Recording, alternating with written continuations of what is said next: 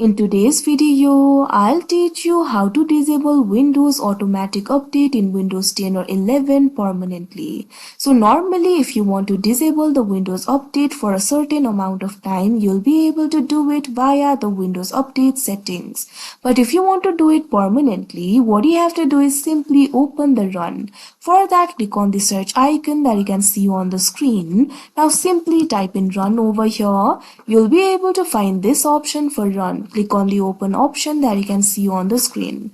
Instead of doing all that, you can also press Windows and R key on your keyboard if you want. Now once the run has been opened, type in services.msc over here. Now click on the OK option that you can see on the screen. Now you can see over here services will be opened up. You'll be able to find various options over here. Find the option for Windows Update, scroll down to the W section.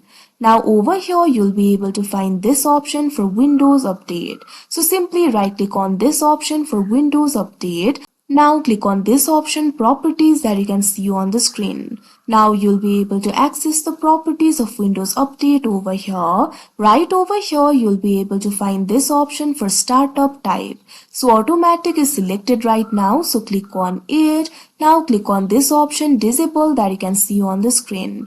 Now after you do that, click on the apply option that you can see on the screen. Now you can see over here the Windows Update will be disabled. That means now your Windows will not be automatically updated. So that is how you disable Windows automatic update permanently on Windows 10 or 11. I hope you found this video helpful. Thank you for watching.